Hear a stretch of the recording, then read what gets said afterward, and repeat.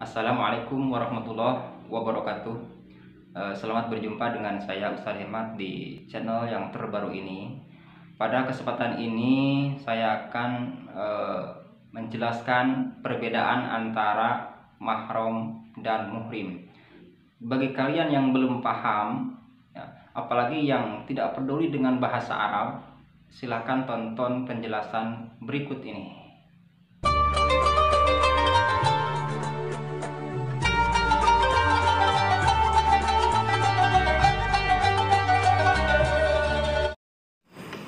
Perbedaan antara mahram dan muhrim. Muhrim adalah orang yang sedang melakukan ihram, baik dalam ibadah haji atau ibadah umroh. Sedangkan mahram, Imam An-Nawawi memberikan definisi dalam kitab Syarah Sahih Muslimnya, yaitu kuluman haruma nikahuha ala ta'bid bisababin mubahin lihurmatiha. Artinya, setiap wanita yang haram untuk dinikahi selamanya sebab sesuatu yang mubah karena statusnya yang haram. Selanjutnya, banyak di kalangan masyarakat yang sering salah dalam menggunakan kalimat muhrim. Sebagian masyarakat mengira bahwa antara suami dan istri itu adalah muhrim, dan yang dimaksud muhrim oleh mereka yaitu kebolehannya berduaan, bercengkrama, sampai mungkin hubungan intim juga boleh karena muhrim katanya. Nah, itu kan mana yang sangat jauh sekali gitu. Contoh penggunaan kata muhrim yang sering salah, diantaranya mungkin kalian pernah melihat ada stiker di belakang sepeda motor, umpamanya, awas jangan dekat-dekat, kita bukan muhrim katanya. Nah, itu kan penggunaan kalimat yang salah. Dan satu saat ya saya pergi ke pasar untuk membeli jajanan. Kan di pasar itu banyak jajanan ya. Pada waktu itu saya beli pisang goreng. Ternyata yang penjual makanan tersebut kebanyakannya para mbak-mbak ya, para ibu-ibu. Pas ada si bapak-bapak yang mau beli pisang, dia bertanya, "Mbak, ini enak enggak?" katanya. Si mbak menjawab, "Oh, enak sekali," katanya. "Bisa dicoba enggak?" "Oh, boleh, silakan dicoba," katanya. Nah, si bapak ini genit, "Mbak, boleh enggak dicobain si mbaknya?" katanya. Si mbak tersebut kontan menjawab, "Oh, ya tidak boleh karena kita bukan muhrim," katanya. Menurut mereka ya tidak boleh katanya karena kita bukan muhrim, karena mungkin menurut pemikiran mereka bahwa muhrim itu ya suami istri gitu, boleh bercengkrama, boleh berduaan karena muhrim katanya. Makanya dia kontan menjawab tidak boleh karena kita bukan muhrim katanya. Nah, itu kan makna yang semakin jauh gitu dari penggunaan kalimat itu. Nah, di sini sekali lagi saya ingatkan, yang disebut muhrim itu adalah orang yang sedang melakukan ibadah umroh atau ibadah haji ya, yang sudah memakai pakaian ihram, itu disebutnya muhrim. Adapun mahram adalah orang-orang yang haram dinikahi. Nah, di sini kan banyak sekali jumlah wanita yang haram untuk dinikahi. Ulama banyak versi menghitung jumlah mahram ini ya, tapi maksudnya tidak berbeda seluruh jumlahnya gitu. Jumlahnya pasti ada, tapi versi penghitungannya beda-beda ya.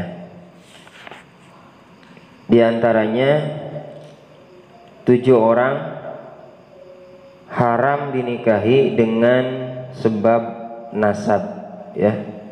Nomor 1 ibu, terus ke atas berarti nenek, ya, buyut, bau, dan seterusnya. Yang kedua anak perempuan, terus ke bawah, ya. Yang ketiga saudara perempuan, baik yang seibu sebapak atau yang sebapak saja atau yang seibu saja.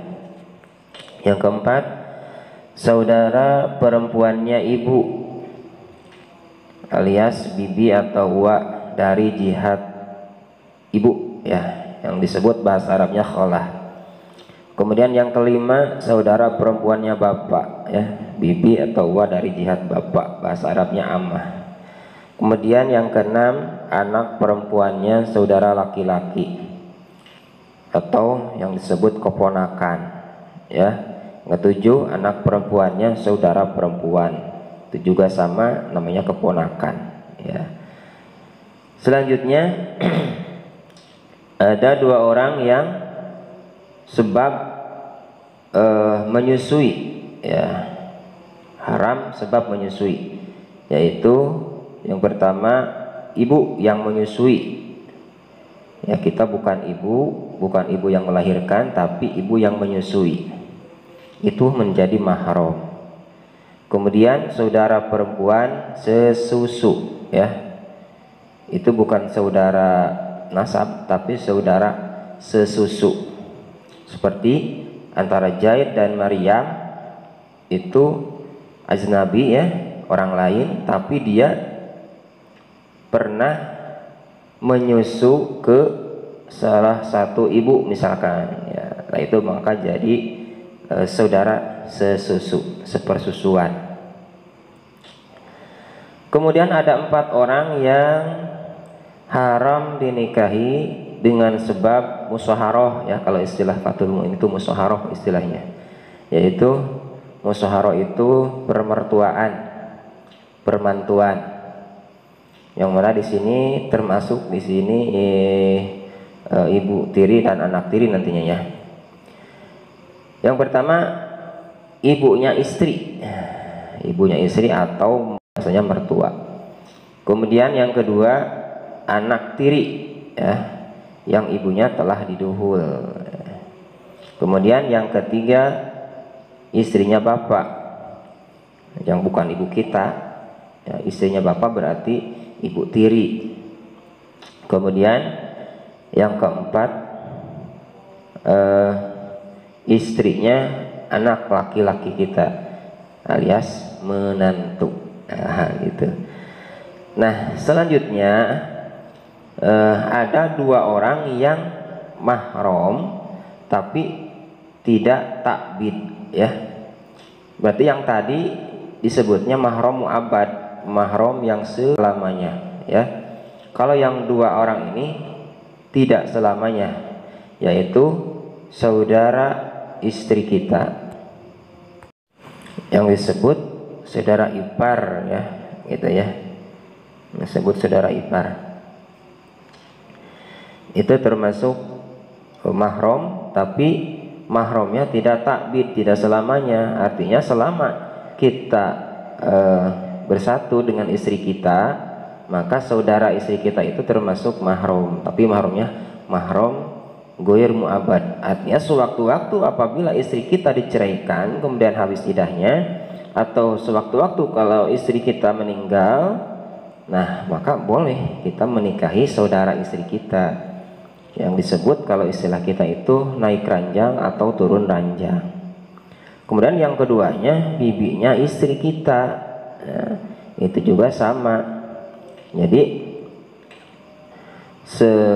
masih ada dalam pertikahan dengan istri kita, maka si bibi istri kita itu termasuk mahram, tapi disebutnya mahram ghair mu'abbad. Artinya sewaktu-waktu ketika istri kita diceraikan atau istri kita meninggal, boleh kita menikahi bibinya si istri tersebut. Yang 2 itu ghair mu'abbad, ya, tidak selamanya, gitu. Jadi kalau dijumlahkan dengan yang tadi mungkin itu ada 15 gitu. Nah, itulah bilangan mahram atau wanita yang tidak boleh dinikahi. Adapun sepupu ya, sepupu atau saudara misan itu tidak termasuk mahram ya, boleh nikah dengan sepupu ya, nanti bahasannya ada ya di segmen yang lain. Nah, itulah mungkin yang saya bisa sampaikan, semoga bermanfaat ya. Assalamualaikum warahmatullahi wabarakatuh.